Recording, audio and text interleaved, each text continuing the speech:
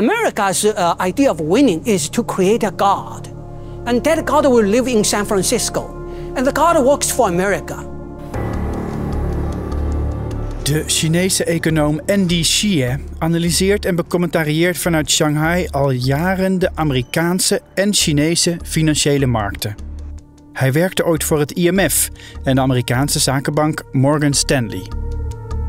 Right now, it's just a money bubble.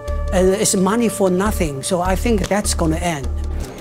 Xie heeft al vele bubbels voorspeld. De internetzeepbel rond de eeuwwisseling, de kredietcrisis in 2008 en de bubbel op de Chinese huizenmarkt. En nu? Nu staat, zoals hij het zelf noemt, de Amerikaanse AI-fantasy-bubbel op het punt van barsten.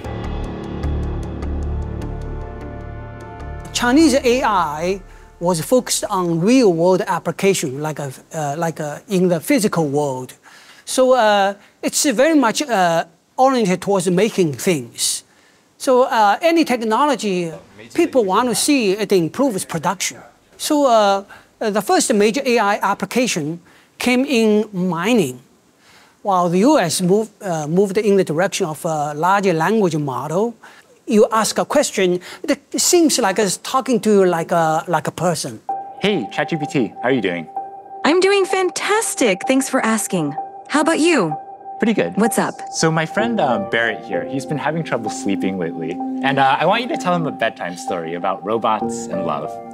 Oh, a bedtime story about robots and love? I got you covered. Human mind is naturally attracted to something like that, even though we don't know if it makes money. Actually, nobody makes money. But the Chinese thought that they were behind and in something, so naturally they want to catch up. So that's why like DeepSeek happened. This is an absolute challenge to the supremacy of NVIDIA and the high-end chips. If you can produce an AI model at that scale without the high-end chips, that has revolutionized. Look at this, NVIDIA down 11.5%. This would be the single biggest market cap wipeout ever. DeepSeek, the #1 app on the App Store. DeepSeek was not on the radar screen. A bunch of people who didn't go to Ivy League schools, didn't work for famous technology companies, but they just got together with very little resource. They made something happen. So it shocked the world and shocked the Chinese government. DeepSeek is a chatbot. Okay, it does what OpenAI does, but the issue is that Chinese still want to make it useful in the physical world. So it has been integrated into electric EVs. So the driver can communicate with the car through DeepSeek, and the DeepSeek kind of talks like a real person. So it becomes useful in the physical world. It's the most humbling thing I've ever seen. 70% of all EVs in the world, electric vehicles, are made in China.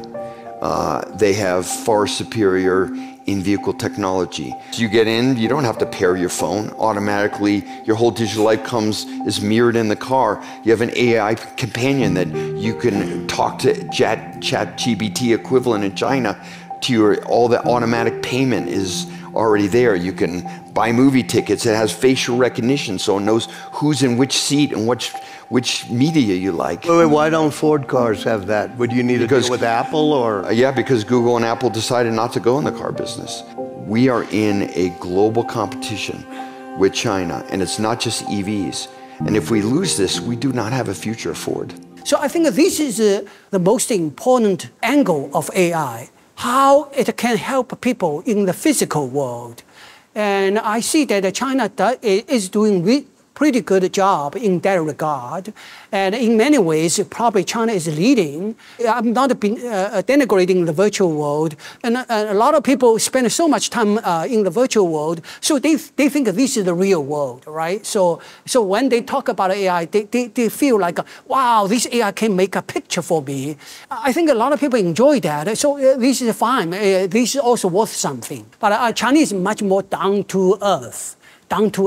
No? So how do you make a machine productive today? In the race for AI, who's winning, America or China? If the answer is America, how close is China to us? And what do we do to make sure the answer remains America will win? Mr. Altman, we'll start with you. American models, including some models from our company, OpenAI, and Google and others, are the best models in the world.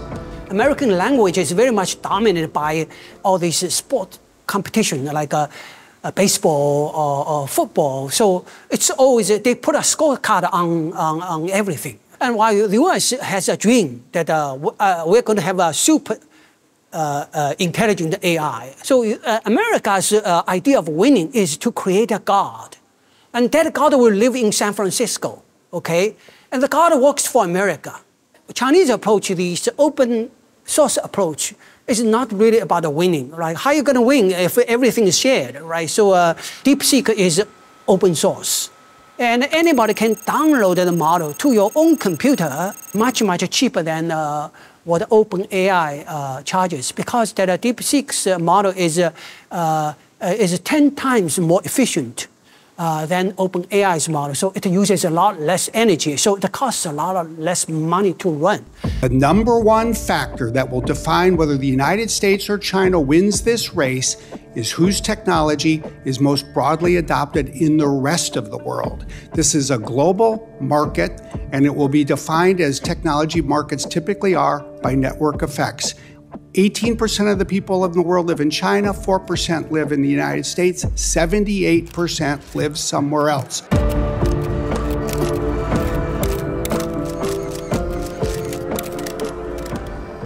So for the global south, where 7 billion people live, I think that the US approach is not kind of accessible.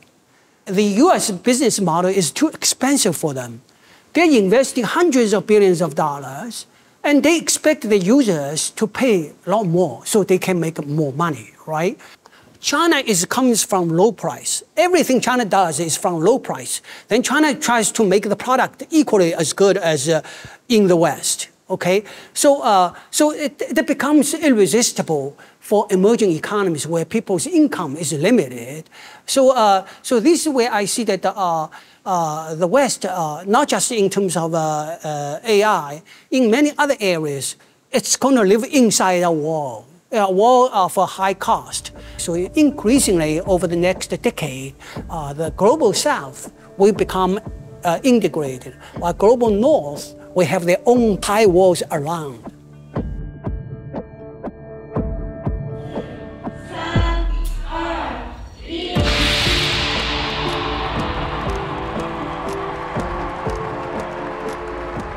Could you sketch a difference between how the AI industry in the United States is being financed and how that is done in China?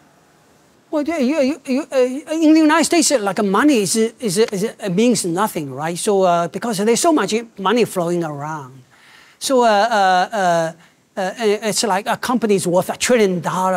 You know, OpenAI gets $100 billion to burn. OpenAI doesn't make money, but it's worth like hundreds of billions of dollars. So the U.S. money means something very different in the United States. But how come that there is so much money going around? Oh, well, that goes back to 2008 when the U.S. started this quantitative easing. Remember that $200 billion is a starting point. It's going to take a while to get this program up and going, and then it can be expanded and increased over time. The central bank's balance sheet began with $900 billion. Then it added $4 trillion. Enjoy your Thanksgiving turkey and have a good holiday. Thank you. Then pandemic happened. So they doubled the quantitative easing, another $4 trillion. When the people were worried about staying alive, and the stock market went through the roof. The consequences of the Federal Reserve's policy are far-reaching. They have destroyed the U.S. economy. Everybody is playing with money, Everybody is playing with money. Not many people are really doing useful work. You know, you go to the United States, you ask people, what do you do for a living? It's not many people can tell you that they're doing something useful. Everybody is a consultant. Everybody is a lawyer, a social activist, and something, no? But everybody is well paid. Something like this will never happen in China. Okay, will never happen in China because the money comes very hard. Everybody has to work very hard for a little bit of money. The U.S. has become a fantasy land. I think the U.S. is going to face some difficulties fairly soon.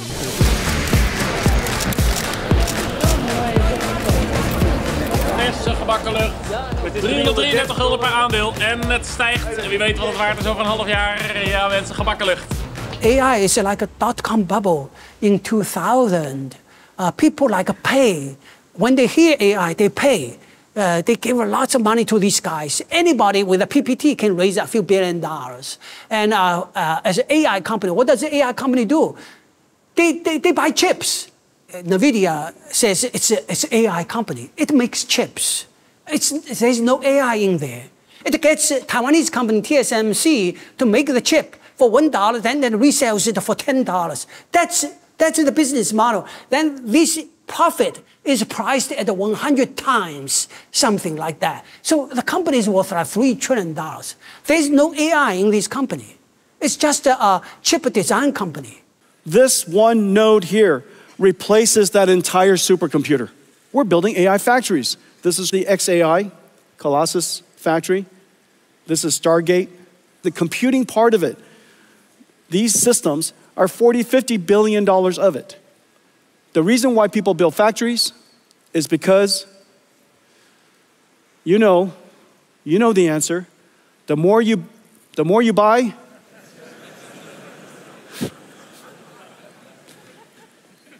say it with me. The more you buy, the more you make. You know, when DeepSeek came out, the NVIDIA share dropped a lot. It's come back. You see, nothing has changed. NVIDIA still exists. People don't need so many powerful chips anymore. Why NVIDIA's share price is back? Because there are people who are raising money. All these so-called entrepreneurs. They have startups. They come up with a new idea of training a different AI model, buying chips. It depends on how much money that is going to fund these AI startups. Then these startups' money becomes NVIDIA's revenue. You see, so NVIDIA's revenue is somebody else's investment. It's all based on a dream, and ultimately, all that investment, would that work out? Actually, the people who invest don't care. They think that all I need is for this shop to get listed in the stock market.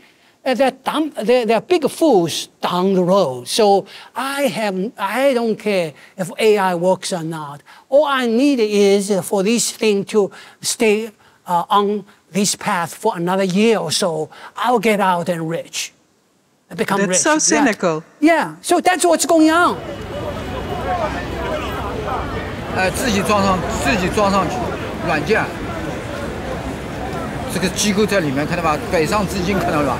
这个北上资金，这个票超上票看到吧？关注的就是大消费、大健康、大数据，按照这个3个方面。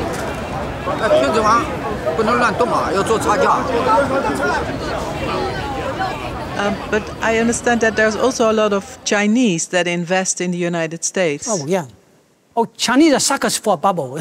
Even if you tell them that it's a bubble, they go for it. They say, I know when to get out. You know, I'm smart. I know when to get out. So, so much money, Chinese money, has been pumped into the U.S. bubble. 我3张认购证起家的，我现在几百万。最近赚的一般是每天都赚的。 You said that the success of the Chinese AI company DeepSeek could finally burst the U.S. stock bubble. No, the key issue is, bubbles always happen. You look at the economic history, it happens regularly. The foundation for bubble is a monetary policy. There's too much money going around. So what happens is that if you have a shiny light somewhere, the money will go there, and that's where the bubble is. So when everybody's talking about AI, you know, it's a bubble. It doesn't mean it's not useful. It's a bubble. The issue is that when it's going to burst. So you look at the U.S. now. The U.S. has so many problems. The fiscal deficit is like for every 100 days, they run up $1 trillion in fiscal deficit. It's just an unimaginable number, right? So we have 60% of the people who live paycheck to paycheck. So they basically, and 20% of the people who buy groceries on debt. They have something service called buy now, pay later, kind of a loan sharking business. So this is like you look at the economy like that and you say, hey, this thing can like break it very soon, right? It doesn't. It's because there are all these big wigs on Wall Street. They figured out how to hold it together. 3 fund management companies, BlackRock, State Street, and Vanguard, they control over 80% of the market capitalization, okay? So this market can be manipulated. Okay, so when people get scared, they sell, the market goes down 5 or 10%, but these 3 players will look for an opportunity to make it go up again because it's in their interest. And they have lunches together every week, and they fix the market. They figure out how to keep the bubble going, consolidation. So the United States bubble has become extremely resilient because for structural reasons. For structural reasons, so it takes a lot to knock this thing off.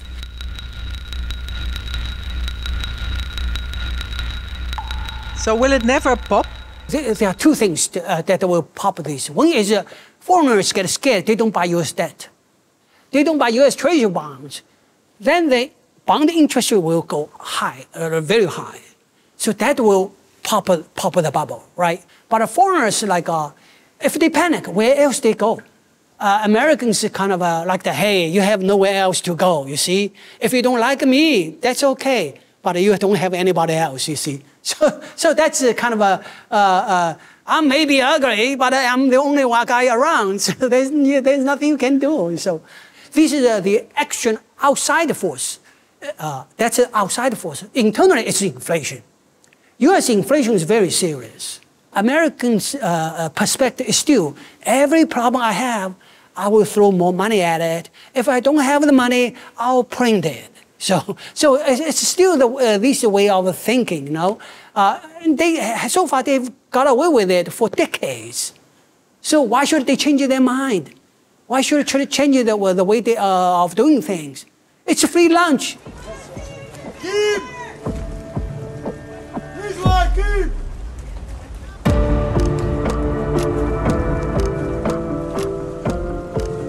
So what will happen if it bursts? Well, I don't know. It's this time really it may trigger a revolution in the United States because of the wealth. You see, this monetary bubble has uplifted wealth to a very small number of people. 10% of the people in the United States account for 50% of consumption. 10%. Jeff Bezos had this wedding at Venice for. He spent $50 million just on a wedding, you know. It's not a kind of a fairy tale wedding. These both are very old people. So why do you need to show off like that? Because they can, you see. Jeff! This side! This side! This side! Jeff, in the back! Globally, there's too much money flowing around. And people are buying properties, go around the world to buy properties. This marginal demand is pushing up prices. So unaffordable housing has become a global theme. Everywhere, people are talking about unaffordable housing. That is ridiculous. That is ridiculous. Housing is a mass market product. How could it become unaffordable to most people, right? So this is a monetary phenomenon. So this means that when the U.S. bubble bursts, it means that the global part is also going to burst. Now, the good news is that the cost of living crisis in rich countries, that should go away. The cost of living should come down. But on the other side, your asset value is going to be worth less. Life gets easier, but you are not as rich as you thought. So are you looking forward to the bursting of the bubble? I think that we have to go through it. When this thing bursts, like it will be like the 1920s, the Gatsby, you know?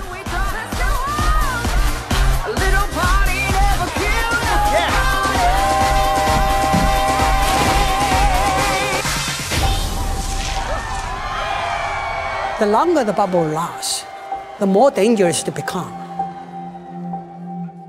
You look at what happened in Germany in the 1930s.